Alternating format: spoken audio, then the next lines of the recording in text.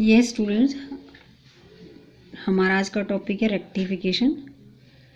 Rectification के लिए आपको क्या करना है, एक फंक्शन लेना है। आपने एक फंक्शन लिया, let f be a function which is continuous on the closed interval x naught to x n. ठीक है, तो यहाँ पर जो वर्ड यूज़ हुआ है कॉन्टीन्यूस। कॉन्टीन्यूस का मतलब है कि अगर आप इस फंक्शन का ग्राफ ड्रॉ करते हैं तो वो ग्राफ बिना किसी ब्रेक के ड्रॉ होता है। फॉर एग्जांपल, मैंने इस फंक्शन का ग्राफ ड्रॉ किया तो ये ग्राफ किस तरह से आया, इस तरह से आया है। देखिए यहाँ पर कोई भी ब्रेक नहीं है, तो एक फंक्शन जिसका ग्राफ बिना किसी ब्रेक के ड्रॉ होता है तो हम उसको क्या कहते हैं, कॉन्टीन्यूस फंक्शन कहते हैं। ठीक है, तो आपने क्या लिया, let f be a function which is continuous on the close interval x naught to x n. ठीक है, the graph of this function is defined by the equation y is equal to fx is this one। ठीक है, तो आपने y is equal to fx का जो graph draw किया वो इस शेप का आपने सपोज कर लिया कि आपके पास ग्राफ इस शेप का आ रहा है। ठीक है, और ये देखिए यहाँ पर ये आपके पास ये पोर्शन बन गया छोटा सा, जो इसकी आप चेक करेंगे कि ये फंक्शन रेक्टिफिएबल है या नहीं है।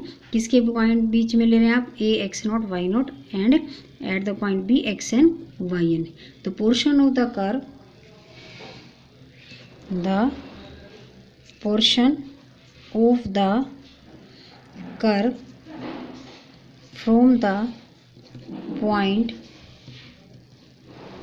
ए at x n x not y not and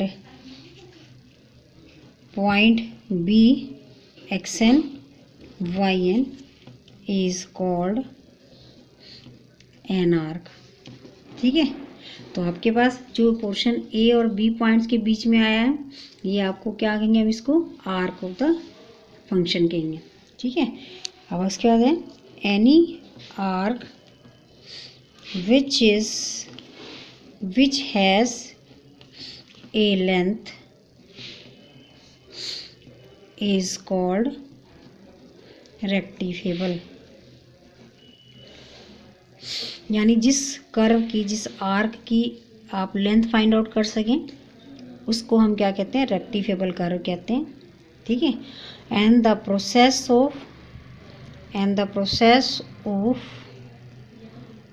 finding the length of an arc of a curve between the distinct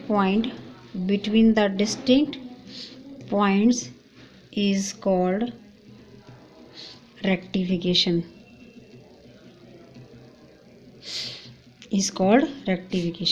ठीक है, तो देखिए दोबारा से कि आपने सबसे पहले एक फंक्शन लिया है y is equal to f x. आपने एक फंक्शन लिया है, उस फंक्शन का अगर आप ग्राफ ड्रॉ करते हैं तो वो ग्राफ आपका इस तरह से आता है, और हम इसको क्या कहते हैं, कॉन्टिन्यूस फंक्शन कहते हैं, क्योंकि इसका जो ग्राफ है बिना किसी ब्रेक के ड्रॉ हो रहा है। ठीक है, अब हमारे पास क्या, इसके आपने एंड पॉइंट्स लिए हैं दो, कोई भी पोर्शन आपने कंसीडर कर लिया, एक पॉइंट आपने ए लिया है और एक पॉइंट आपने बी लिया है। ए के coordinate x not y naught और बी के कोऑर्डिनेट है एक्स एन वाई एन। तो हम इस पोर्शन को जिसको आप कंसीडर कर रहे हैं उसको हम क्या कह रहे हैं, आर्क कह रहे हैं। ठीक है, अब आपने क्या करना है, any arc which has a length. अगर आप चेक करें कि इस आर्क की लेंथ है या नहीं है तो हम इस कर्व को क्या कहते हैं, रेक्टिफिएबल कर्व कहते हैं। और the process of finding the length of the arc, और जिस प्रोसेस से हम लेंथ फाइंड आउट कर रहे हैं हम उसको क्या कहते हैं, रेक्टिफिकेशन कहते हैं। ठीक है, अब आपके छोटे छोटे दो रिमार्क्स हैं जहाँ से आपको फॉर्मूलाज भी पता चलेगा।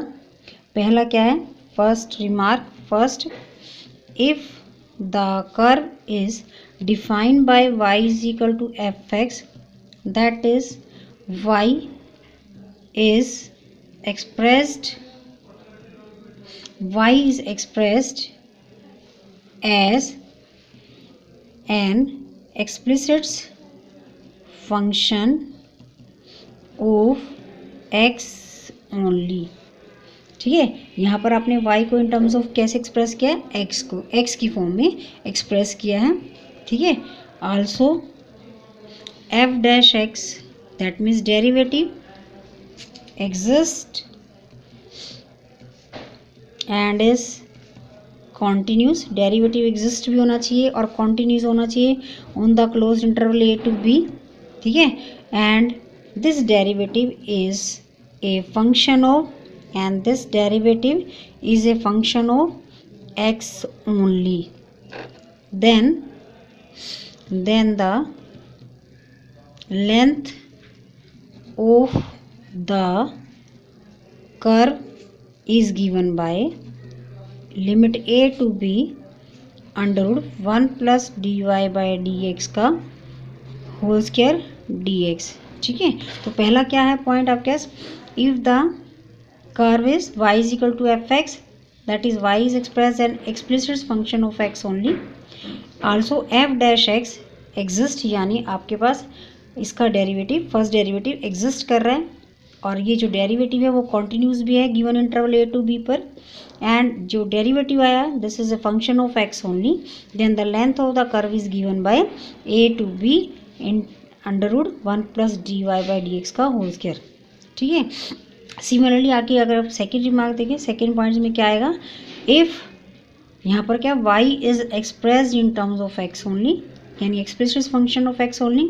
सिमिलरली आपके पास क्या आएगा, y is expressed instead of this one x is expressed as an expressed function of y only, and f dash y exist and is continuous, and y dash f dash y is a function of y only, then the length का आपके पास formula क्या बन जाएगा, integration a to b 1 plus dx by dy का whole square dy। ठीक है, तो आपने यहाँ से कर्व को रेक्टिफेबल करना है, यानी आपको कर्व की लेंथ निकालनी है। तो कर्व की लेंथ निकालने के लिए आपके जो दो फार्मूले आए हैं, फर्स्ट में क्या आया, when y is expressed as an explicit function of x only, and जो फर्स्ट डेरिवेटिव है कॉन्टिन्यूस है आपके पास और एग्जिस्ट कर रहा है और वो क्या है फंक्शन ऑफ x ओनली है, तो आपके पास फॉर्मूला है a to b under root 1 plus dy by dx का होल स्क्वायर dx। सिमिलरली अगर आपके पास क्या आता है, x is an explicit function of y only and the first derivative of this one f dash y exist and is continuous on the close interval a to b and this first derivative is a function of y only, तो आपके पास क्या formula बन जाएगा, a to b integration और under the root of 1 plus dx by dy का whole square dy। तो आपके पास ये फार्मूला बन जाएगा। ठीक है, तो आपके पास कार्टेशियंस इक्वेशंस के लिए आपके दो फार्मूले आए हैं, first when y is a function of x only और दूसरा क्या है, x is a function of y only. तो ये दो आपके पास किसी भी कर्व की लेंथ निकालने का फॉर्मूला है। ठीक है, अब आपके पास क्या है आगे, इसके वर्किंग रूल क्या है, to find working rule to find the length of an arc of a curve, यानी आपको किसी भी कर्व की एक छोटी सी आर्क आपने कंसीडर कर ली, उसकी अगर आपको लेंथ निकालनी है तो उसको लेंथ निकालने के लिए क्या वर्किंग रूल होगा। सबसे पहले तो आप ये देखेंगे फर्स्ट पॉइंट में कि क्या आपको उस आर्क के एंड पॉइंट्स गिवन हैं, जैसे आपने ये ड्रॉ किया था यहाँ पर, तो आपने ये देखा था कि ये कर्व है, इसके एंड पॉइंट्स ये वाले हैं, जो आप आर्क ले रहे हैं जिसकी आपको लेंथ फाइंड आउट करनी है। तो सबसे पहले तो आपको ये चेक करना है कि क्या आपको जिस आर्क की लेंथ फाइंड आउट करनी है उसके एंड पॉइंट्स गिवन हैं। अगर आपको एंड पॉइंट्स गिवन है तो आपको कर्व को ट्रेस करने की ज़रूरत नहीं पड़ती, आप डायरेक्ट फार्मूला लगाएंगे और उसकी लेंथ निकाल लेंगे।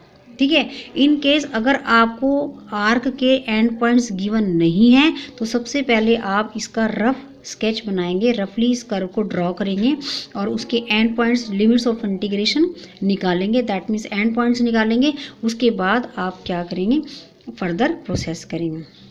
ठीक है, तो सबसे पहले वर्किंग रूल में क्या हो गया आपके पास कि चेक करना है कि आपको लिमिट ऑफ इंटीग्रेशन और and points of A curve is given और नॉट, कि आपको दिए हुए हैं कि नहीं दिए हुए हैं। दिए हुए हैं तो फिर आप direct length of the curve का फॉर्मूला लगाएंगे। अगर आपको गिवन नहीं है तो सबसे पहले आप इसको क्या करेंगे, रफली ड्रॉ करेंगे। ठीक है, उसके बाद आप क्या करेंगे, सेकंड पॉइंट में आप डेरिवेटिव फाइंड आउट करेंगे, dx बाय dy और dy bye dx, depending on कि आपके पास अगर y क्या है, फंक्शन ऑफ x है तो dy bye dx find out करेंगे, और अगर आपके पास x फंक्शन ऑफ y है तो आप dx bye dy find out करेंगे। ठीक है, उसके बाद जो थर्ड पॉइंट और लास्ट पॉइंट है लेंथ ऑफ द आर्क का, कि आपके पास अगर limit of integration a to b है तो लेंथ ऑफ द आर्क का फॉर्मूला हो गया आपका कि अगर आपको dy बाई dx गिवन है तो लेंथ ऑफ द आर्क का फॉर्मूला हो गया integration a to b √1 plus dy by dx का होल स्क्वायर dx, और अगर आपको dx बाई dy गिवन है तो आप a to b √1 plus dx by dy का होल स्क्वायर और यहाँ पर dy लिखेंगे। यहाँ पर क्या है, ये dx है। ठीक है, क्लियर है। वेयर आपके पास a और b क्या है, a और b are the limits of integration if given, otherwise you have to draw the curve and वहाँ से आप क्या करेंगे, limits of integration find out करेंगे। ठीक है, थैंक यू।